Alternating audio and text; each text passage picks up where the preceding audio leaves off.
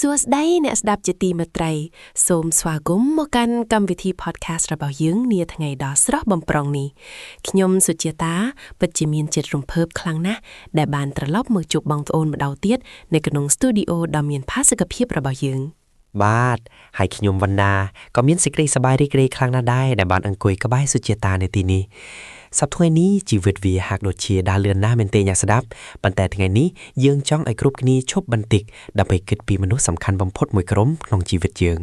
ពិតមែនហើយវណ្ណាប្រធានបទរបស់យើងថ្ងៃនេះគឺតម្លៃដ៏អស្ចារ្យរបស់គ្រូបង្រៀនពេលខ្លះយើងរវល់តែរកតាមភាពជោគជ័យរហូតភ្លេចនឹកឃើញដល់អ្នកដែលបានកាន់ដៃយើងដំបូងឲ្យចេះសរសេរអក្សរនិងបង្ហាត់បង្ហាញផ្លូវយើ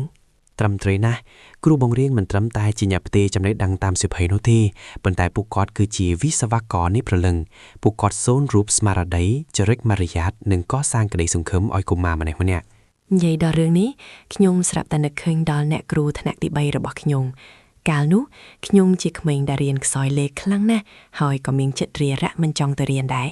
ប៉ុន្តែអ្នកគ្រូតែងតែញញឹមហើយខ្សឹបប្រាប់ខ្ញុំថាសុជាតាកូនធ្វើបានគ្រាន់តែព្យាយាមបន្តិចទៀតអូពាក្យសម្ដីខ្លីៗបែបនេះហើយដែលជាឥទ្ធិពលខ្លាំងបំផុតតើក្រោយមកសុជាតាយ៉ាងម៉េចដែរជឿទេវណ្ណាដោយសារតែភាពអត់ធ្មត់របស់អ្នកគ្រូខ្ញុំចាប់ផ្ដើមចូលចិត្តលេខហើយក៏ក្លាយជាសិស្សពូកែម្នាក់ប្រចាំថ្នាក់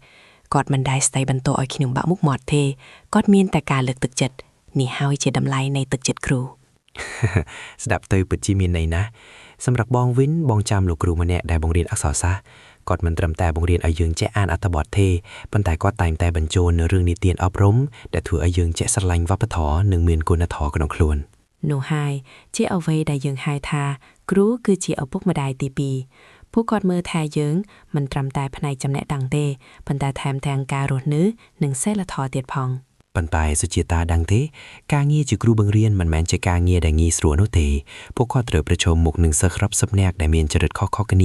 ាខ្លះរពើខ្លះមិនសូវស្ដាប់បង្គាប់ចូលគិតមើលថាតើពួកគាត់ត្រូវប្រែការអត់ធ្មត់កម្រិតណាពិតមែនហើយអ្វីដែលអស្ចារ្យជាងនេះទៅទៀតនោះគឺការលះបង់ពេលវេលាផ្ទាល់ខ្លួ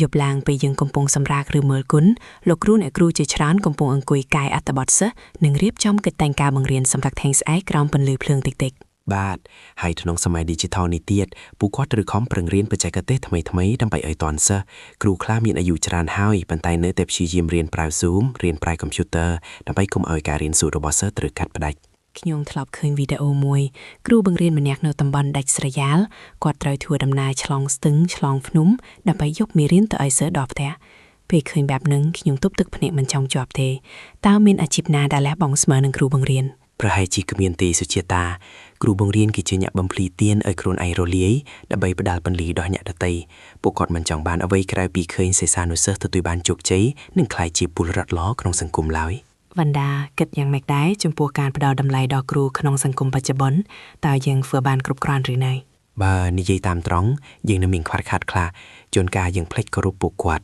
ឬពេលខ្លះសង្គមហាក់ដូចជាមើលរំលងតម្លៃពិតប្រាកដនៃអ្នកអប់រំប៉ុន្តែបងជឿថាបើយើងចង់ឲ្យប្រទេសជាតិរីកចម្រើនយើងត្រូវតែចាប់ផ្ដើមពីការផ្ដល់តម្លៃនិងផ្ដល់កិត្តិយសឲ្យបានខ្ពស់បំផុតដល់គ្រូបង្រៀនជឿងយល់ស្របការផ្ដល់តម្លៃមិនមែនមានតែក្នុងទិវាគ្រូបង្រៀនមួយថ្ងៃក្នុងមួយឆ្នាំនោះទេវាគួរតែកាត់ឡើងជារៀងរាល់ថ្ងៃតាមរយៈការសម្ដែងការគោរពការស្ដាប់បង្គាប់និងការដឹងគុណមែនហើយគ្រាន់តែពាក្យថាសួស្ដីលោកគ្រូឬអរគុណអ្នកគ្រូជាមួយនឹងស្នាមញញឹមចិនពីចិត្តក៏អាចធ្វើឲ្យពួកគាត់បាត់ហត់អរលៀងដែរខ្ញុំចង់សួរអ្នកស្ដាប់ដែលកំពុងស្ដាប់កម្មវិធីយើងឥឡូវនេះតើមានពេលណាមួយដែលអ្នកបានត្រឡប់ទៅសួរសុខទុក្ខលោកគ្រូអ្នកគ្រូសុខល្បែផ្កាស្លារបស់អ្នកដែរទេតើអ្នកនៅចាំពាក្យទូន្មានដែលគាត់ធ្លាប់ប្រាប់អ្នកទេបាទសំណួរនេះពិតជាចាក់ដោតណាស់ពេលខ្លះយើងជោគជ័យយើងមានឡានជិះមានវិឡាស្អាតនៅប៉ុន្តែយើងត្រូវដឹងថាបើគ្មានអ្នកដែលបង្រៀនយើងឲ្យចេះអាននិងចេះគិតលេខទេយើងក៏មិនអាចមកដល់ចំណុចនេះបានដែរពិតមែនហើយគ្រូបង្រៀនគឺជាស្ពានពួកគាត់សុខចិត្តឲ្យគេជន់ឈ្លីដើម្បីចម្លងសិស្សទៅត្រើយម្ខាងនៃភាពជោគជ័យពេលសិស្សដល់ត្រើយស្ពាននៅតែនៅកន្លែងដដែល